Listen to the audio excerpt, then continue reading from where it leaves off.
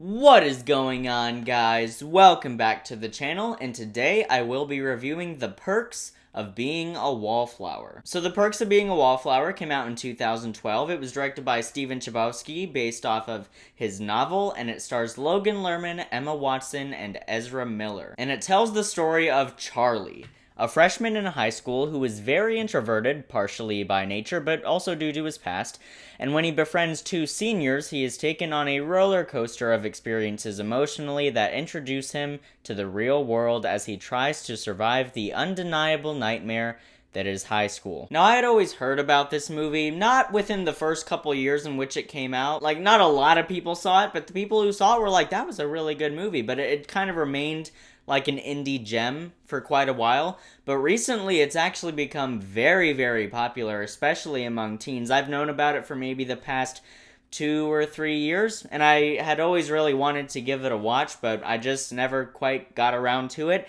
and it wasn't what the movie was about that made me want to watch it so badly.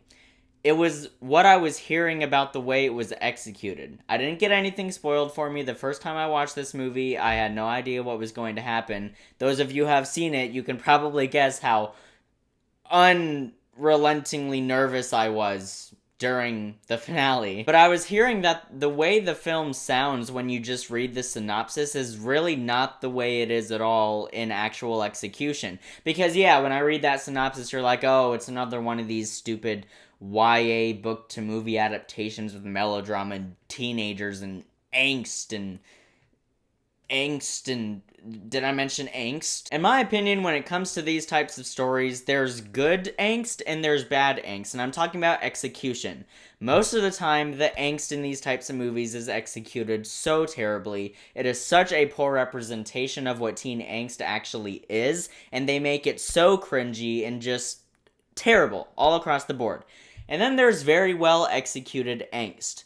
Past coming-of-age movies that I can think of that executed angst very well would be Moonlight, Boyhood, Stand By Me. Those types of things, those types of coming-of-age films handled teenage angst very, very well. And shows, too. I mean, Euphoria. Come on, man. Now, sort of branching off of that, I will say that I'm going to be, because this film does mean quite a lot to me, and because of that, and because of how much I relate to it, I am going to be talking about vague personal experiences. I'm not going to give you all the details, but I just want to say that I'm going to talk about some subject matter that could be potentially pretty sensitive for some viewers, so I'm just going to say that ahead of time. Let's get into the review. The Perks of Being a Wallflower is my favorite, and in my opinion, the best coming-of-age high school drama ever made. And I know some of you might be surprised to hear that, because as I said, it has become very popular, especially among teens, and this movie is positively reviewed pretty much universally. But hearing someone say that it's the best coming-of-age high school film ever made, that's higher praise than most people give this movie, even though most people like it. And I think you'll come to understand why I feel that way throughout the course of the video. Alright, before we get into the personal stuff, I still gotta review this movie. I can't be biased about everything. The performances in this film are great. Emma Watson was just coming off of the Harry Potter films when she starred in this film, which is weird. It's weird that more people didn't go see it. It had a huge star like Emma Watson. Ezra Miller is great. He actually might be my favorite character in the film, even though I relate to Charlie more. And speaking of Charlie, he's played by Logan Lerman. If you don't know who Logan Lerman is, he played Percy Jackson in the 2 live-action Percy Jackson movies. Yeah, they stopped after the second one. Yeah, I'm just going to say this right now. His performance in the Percy Jackson movies is in no way an accurate testament to his talent. His performance in The Perks of Being a Wallflower, and I might just refer to it as Perks throughout this review, his performance in Perks is off the charts. He so accurately portrays, and we're going to be talking about teen accuracy soon, he so accurately portrays this type of person. I know these type of people. I have friends who are very much like him, and I myself see a lot of myself in this character, and I thought his performance and his portrayal of it was just perfect. The direction is raw, real, and emotional, along with the writing. It just feels so real. Like, it doesn't feel Hollywoodized, it doesn't feel melodramatic, it doesn't feel like it's being glamorous or anything like that. It just feels like you are privileged to be a fly on the wall witnessing these real events.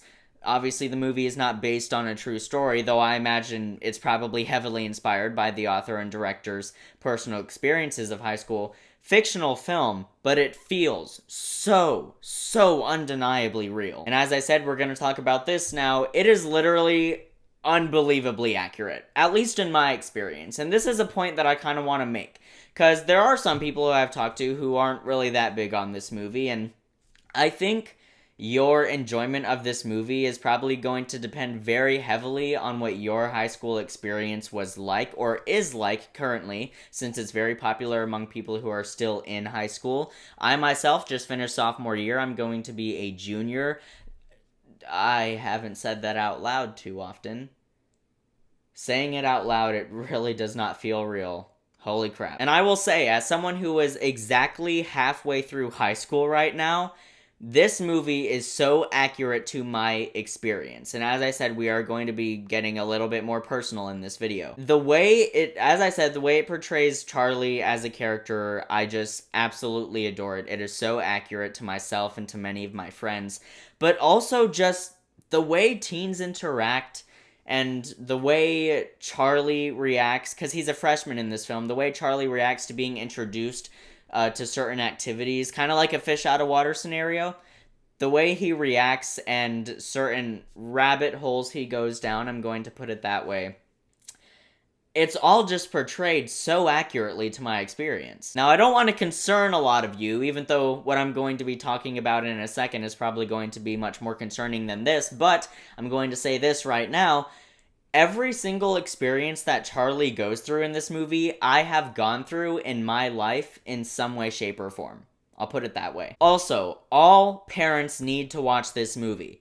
If you have trouble understanding your child who is in high school and you just don't quite get it, especially if they're very much like the main character in this film, watch this movie, and I have a very, very good feeling that you'll understand your child just a little bit more. Trust me, I still haven't shown this film to any of my parents, but I really want to show it to them, and I'll be like, look, I don't feel like explaining this stuff in words, just watch this movie and just understand me. Like, that's the situation with me in this movie. So parents, watch it. Maybe don't watch it with your kid, because it's PG-13, but there are a couple scenes in here that I know I would definitely not want to be watching with my mom sitting right next to me. Alright, now here we go, into the personal relatability stuff. This movie means quite a bit to me, in regards to certain subject matter that it deals with, and I'm not going to spoil anything, but obviously it deals with mental illness, it deals with suicidal thoughts, self-harm, guilt, remorse, and just how you can sometimes be in such a good mood and then you start thinking about a memory, something you feel really guilty about or just really depressed about, and it just plummets you into this deep, seemingly never-ending cave of depression. So now is the time where I am going to open up a little bit. As I said, some of this subject matter may be somewhat sensitive to you guys. I know it's very sensitive to me. In regards to self-harm, which these are things that this movie deals with.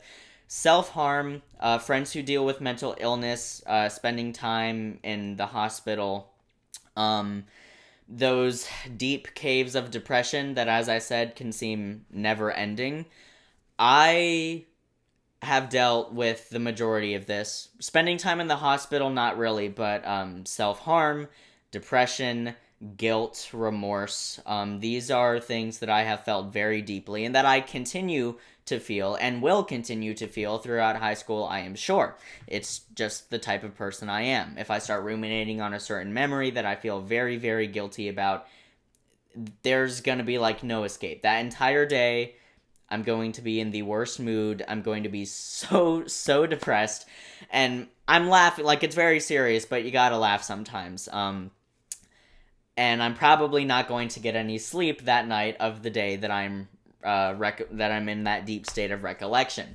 And this film really taps into those emotions, and it understands this emotion that I feel that does not have a name. Like, no, none of the emotions quite match it. I can never explain it to people. I have this image that comes into my mind though whenever I feel it, and it's of a beach in an eternal sunset. Like the sun, like it's a sunset, but the sun is not setting. You know what I mean? Like kind of a photograph of a sunset, but like the water is still moving. There's motion. Just an image of a beach in an eternal sunset. That's the image that comes into my mind whenever I'm feeling that emotion, and this film just gets it and understands it so well. Certain ways that Charlie words things, personally about himself, were also very accurate. For example, when he's starting to mentally go to in kind of a dark place again, he refers to it as he's getting bad again. It's a very simple combination of words, but that is how people and teenagers who deal with it word it. And I didn't tell any of my friends that I was going to do this, so I'm not going to name any names. But I do have friends who have, in conversations that we've had, who have worded it to me that way. That, like, I think I'm getting bad again, those types of things. Very deep stuff. It can be very depressing and very sad. But as I said, it's why I relate to this movie so much. And me personally, as I said, depression and, you know, just all this stuff and all... Whoa, man. It's kind of... I didn't really think about, like, how I was going to word the personal stuff in this video, but I think you guys get it. Honestly, this movie is just one of my biggest coping mechanisms. Whenever I'm in just, like, oh my god, like, what is happening right now? What is this teenage life that I'm going through? I pop in Perks, and I just don't feel alone. That's one of the things. When I'm really sad, I tend to listen to a lot of very sad music, particularly Lewis Capaldi. All my friends know that I'm very adamant and very consistent about my love of Lewis Capaldi, especially on social media. People are like, if you're sad, then stop listening to sad music. Listen to happy music. It'll get you in a happy mindset. That's not how it is for me. If I'm really sad, I listen to sad music and I watch sad movies, because they remind me that I'm not alone. They remind me, I'm like, okay, there are filmmakers out there are artists out there who are big names, who are famous and people know, who know what it is I'm going through and who understand it. And listening to music by those musicians and singers, and then watching movies by those directors and writers, it helps me to not feel alone, and it's a very big coping mechanism of mine. So yeah, this movie just means so much to me. It's so personal to myself, and I will never stop loving it. In regards to flaws, I don't really have any. I really don't. And I know that it may seem that that's because, well, it's just because you're so biased towards this movie, because it's just so accurate to your experience. Maybe that's true. But I can't change what I've experienced. I can't help the fact that the movie is that accurate. So I don't really have a problem with it. But I don't want to wrap this video up on only the sad and personal stuff. So I'm just going to reiterate once again, this movie has great performances, fantastic, raw, real direction. It feels real. And it's still pretty beautifully shot, too. Like, it feels real. Like, it's one of those movies that's beautifully shot, but it still feels real and grounded somehow. I don't know how Steven did it. The writing was great. It was very emotional. It's such a powerful and impactful film. I have no problems with Perks, and I'm going to give The Perks of Being a Wallflower an A+.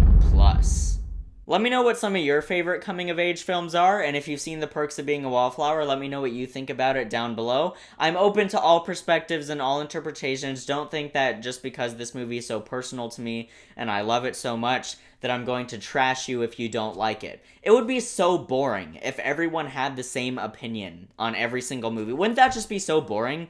It's always more fun when people are willing to have a healthy debate over a movie without hostility. For me, it's just so fun just having a debate over a movie that's healthy and everyone's making very good points and all that. It helps me, it really serves well, like, understanding other people's perspectives. I just love that type of thing. Thanks so much for watching, guys. It really does mean a lot. I'll see you in the next video, and until then, keep writing, keep shooting, and keep editing.